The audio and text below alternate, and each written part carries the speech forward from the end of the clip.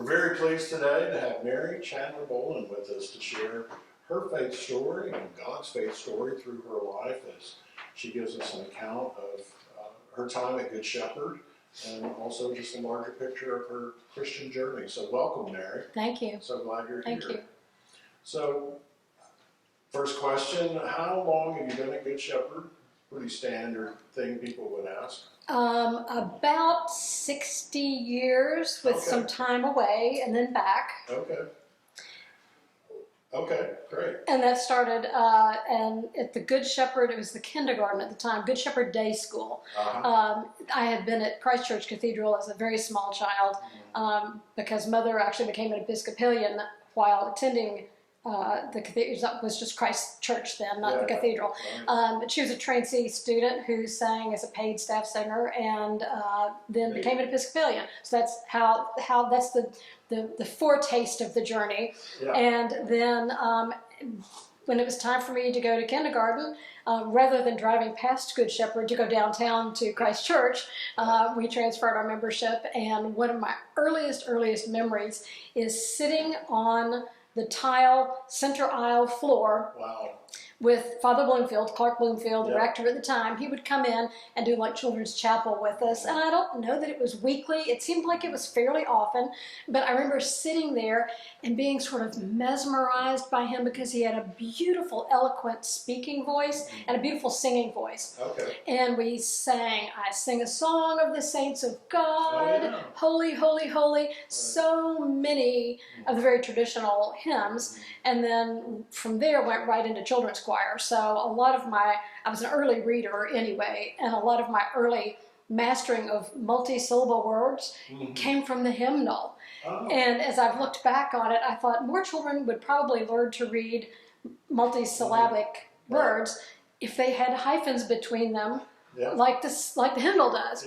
So I grew up singing in the church and being active and Sunday school and then came all the way through high school. So there was a lot. Once I got there, once I got planted, it was a rather long stay until I went off to college. So hearing that, which is amazing, Good Shepherd's been really integral to every part of your life. Absolutely.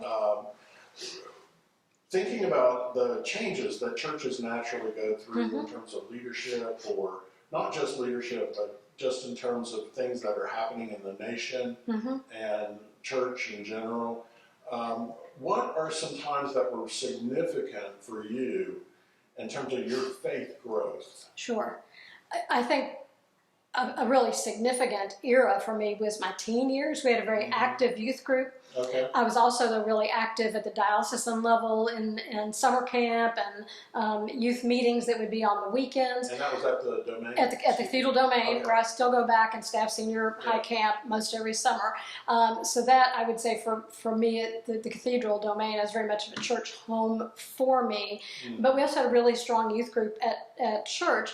And I think what really stays with me from that era of my life is, especially from summer camps and being active in the diocese, meeting so many people whose experiences were different than mine, because I had my best friend lived up almost in Cincinnati in northern Kentucky, but I had other friends that lived in Pikeville, and we went to Middlesboro, which was almost in Tennessee, and just that idea that we were all of the same faith rootedness and how different our lives were. And so I think that really stayed with me in terms of just the richness of experience. These were teams that were from different parts of the diocese that would come together, and you probably saw them on a repeating basis. Over probably 5 or 6 years, so middle school through high school. That's a critical period, too. Enormously critical. And some of us are still friends today. Andy Sigmund and Cindy, who are the directors at the Domain. Andy and I were campers together. He was a year or two beyond me. And so the number of people that I could say, oh yeah, I knew you when you were 13, or they say to me, so the longevity of that, which also to me, that sense of, again, connectedness to the if you want to say, to the larger community of Christians around the world, Yes. That we may worship in different ways, we may have very different backgrounds, but the singularity, the centrality of faith in God and awareness of God in our daily lives. Okay. That it's not just going to camp, it's not just going to church on Sunday, it's not just singing in the choir, although those are, I would say, manifestations, ways of living into that faith. Yeah. That's great. Thank you for sharing about that time. It does sound like it was extremely meaningful. And I do know, because I've been privileged to know, that other people who have had similar experiences during that time, probably people that you know pretty well, say almost the same thing, how meaningful that time was and how their friendships have lasted. 100%. I can That's probably God. know exactly who you're speaking That's of, God. who will remain unnamed. But I think that set such a strong foundation for me that going off to college, and I was just at UK, so it's not like I was miles away, but I would sometimes come to Good Shepherd, sometimes I would go to St. Augustine's on campus, so I stayed rooted in the church through college, which I think is not necessarily typical. I think some people sort of, I would say sort of, maybe use the words fall away, but they're not as active in church for a period of time, maybe in their college years and early adolescence. But that carried me through then to wanting to do work for the church. So after my undergrad work, I had the opportunity to move up to the DC area and wound up doing youth ministry for a year for St. James Potomac, which was in the Episcopal Diocese of Washington, D.C., and loved that work. Really, really discovered, however, I'm really good with senior high kids, and middle school youth don't fully get me, and I think I don't fully get them. And I love those people that get middle schoolers and can minister to them, but I recognize that was probably not my gift.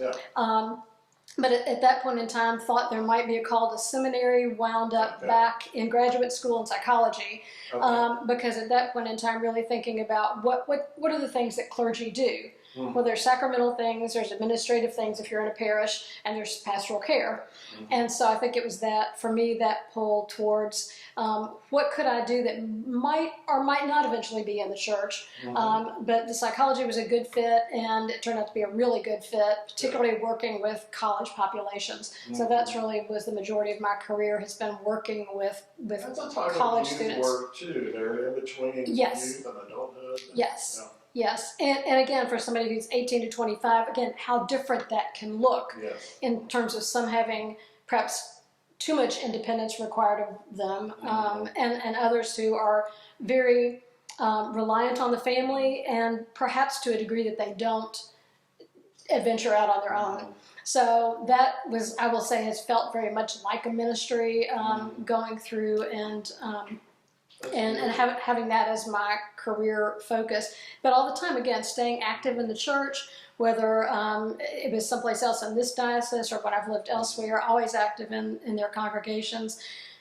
And then being back at Good Shepherd since about 2007 or 8, right around there, I guess that's when I was back. So it's been exciting to see, coming back to your question, the changes over time. I think the greater awareness of welcoming of individuals who may have not been raised in any church, but particularly not raised in an Anglo-Catholic kind of tradition, which I think for some of my friends who were raised in more sort of mainline Protestant churches, it's a little different to them that we have prayers in a book. You don't just pray. I was like, well, we're allowed to just pray as well. But that idea of corporate worship, and for me, that sense of continuity, and again, knowing that my friends who are on the West Coast, if they're at church, they're reading the same lessons, they're praying the same prayers. They might be singing different music, because that's congregational choice, but that sense of, again, connectedness. But for me, the importance of where we are as a congregation at Good Shepherd right now is the expanded welcome to people who didn't necessarily grow up in the church, who might have identities that haven't been welcomed in any church, perhaps, including perhaps not welcomed in some Episcopal congregations. So I think in particular, individuals of color, folks who identify in the LGBTQ community, international folks, those who may not have English as their first language. Right. But the idea of making sure the doors are open and that people know that the doors are open. Yes. Again, it's that thing of it. It's one thing to allow people into the party, but are you going to ask them to dance? That's right. Yeah.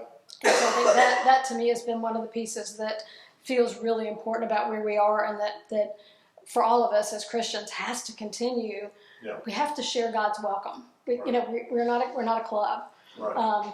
I think that really resonates with me on a daily basis in terms of social justice.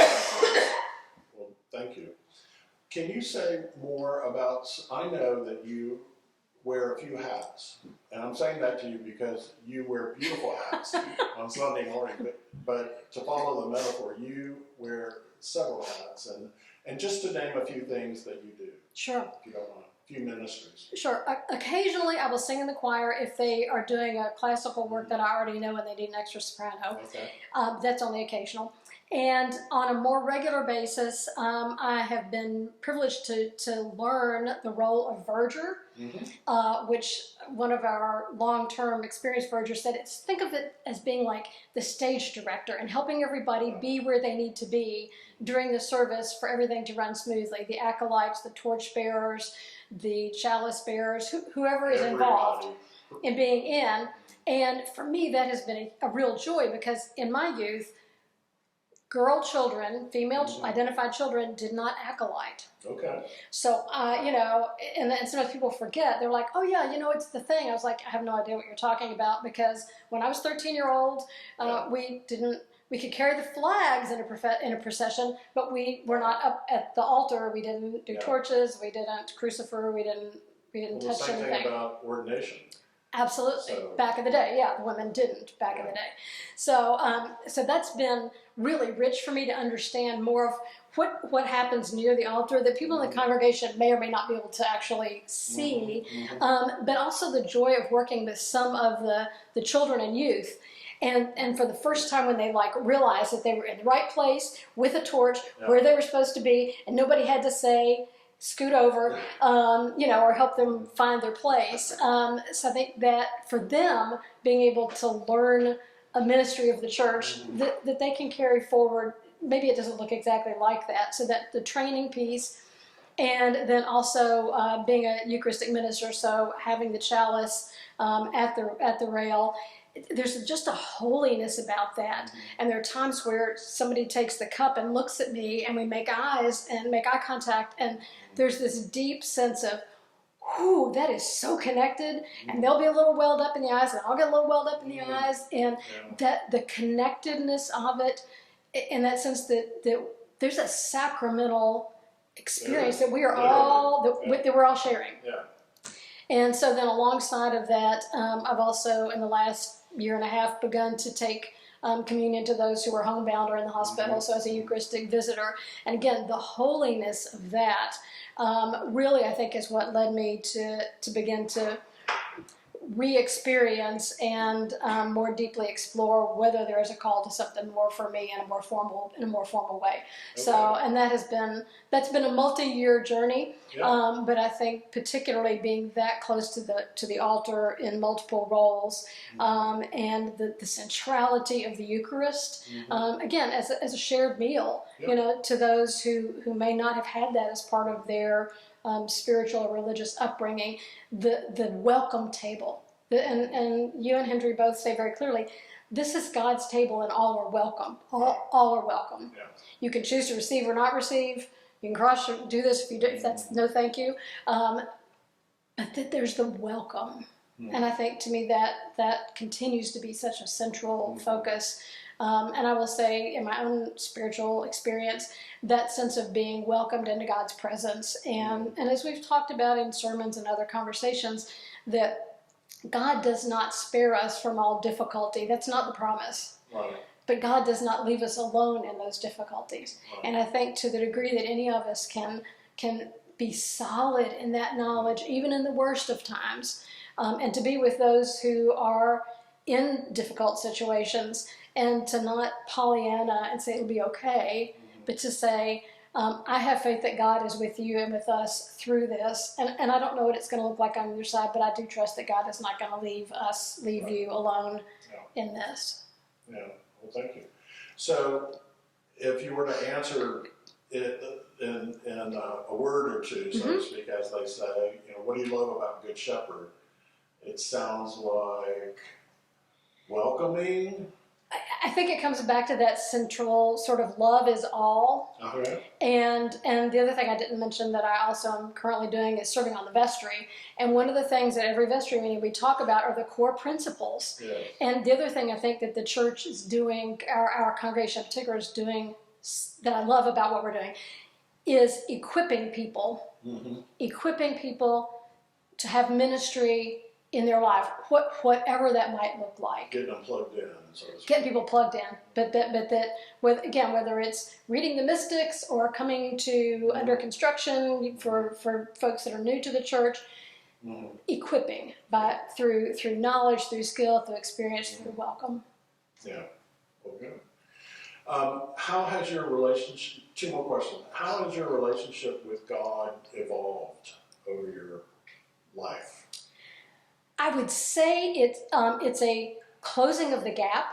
Okay. Not that God ever felt super distant, but that sort of Father God, Creator, sort of out there kind of thing. Guy with a beard or something. Yeah, and I never thought about guy with a beard exactly, but sort of a more kind of out there, keeping an eye on things, but sort of a more distant figure.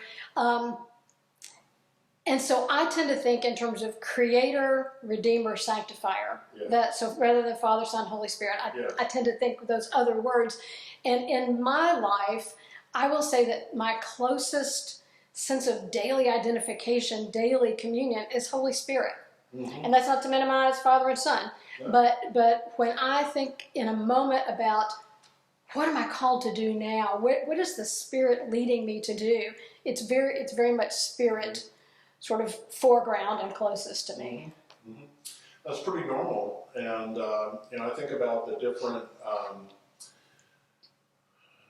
ways that monks and nuns over the years have identified with the same thing. If you read, from those traditions, the Benedictines have a certain slant, if you will. The Jesuits, the Franciscans, they all have kind of their preferences for parts of the Trinity. So I think that's all real normal. Yeah. Last question. So somebody is thinking about coming to Good Shepherd, or thinking about just going to church in general, and thinking about growing closer to God. What is it that Good Shepherd offers them that you think is worth giving it a go?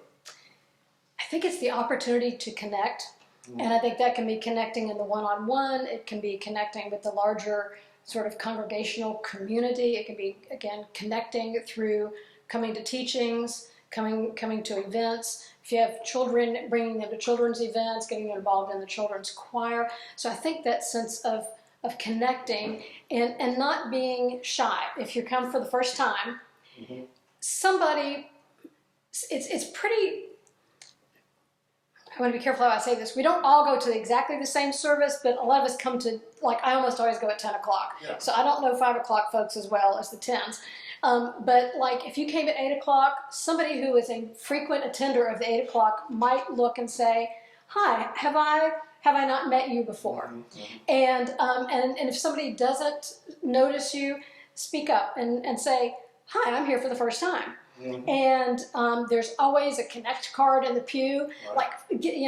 Fill that out. We often say, this is our joy, is to know you and to find you and to connect with you. And there's truth in that. It's not just, it feels to me not just like something that's, you're supposed to say. But I think that sense of connecting and being able to have a sense of welcome, a sense of this is God's house and I get to be in God's house, whoever I am and however I got here, and then to be able to experience some of the different aspects of Good Shepherd and see what feeds your soul. Because not everybody is a singer, so choir might not be the thing that feeds your soul. You might love music, but maybe singing in choirs is not the thing. But maybe being somebody who wants to be able to take Eucharist to people who are homebound. Maybe that's something that you or somebody in your family experience as a gift brought to you, and you think, oh, I'd like to be able to like pay that forward. There's so many places to connect, and I think that would be my hope, is that people would come and make that connection and experience the different ways that one can deepen faith, deepen the sense of community. It really is pretty beautiful that people look out for one another. If somebody's not there for a few weeks, somebody's very likely to reach out and say, hey, you weren't there. Oh, I was on vacation. Yeah, we Great, noticed. great. We know you matter, and somebody noticed. Yeah. Well, I told a fib. I do have one more question. Okay. if you don't mind fielding this, and this will be the last one. But you mentioned Clark Bloomfield before, when you were in the day school and sitting on the tile and listening, and you remember his voice, and there was something about presence, his singing, or whatever. What other people in your life have been instrumental, have been important in terms of helping to shape your faith? Oh, wow, that's a big question. There are definitely clergy that have been not necessarily my parish clergy, but friends. Okay. And so that has been a rich source of growth for me. Certainly the people that I've known across the years from the domain, not only my camp friends, but the ones that have been my campers over the years, those relationships, there's such a spiritual richness in those. My mother, for one, for sure. And not that my father wasn't a spiritual person, but mother had this beautiful, compassionate, warm presence. She just always knew where to be and what people needed. And so she was very, very much, she attended to people, is what I would say. And what a just people mattered to her.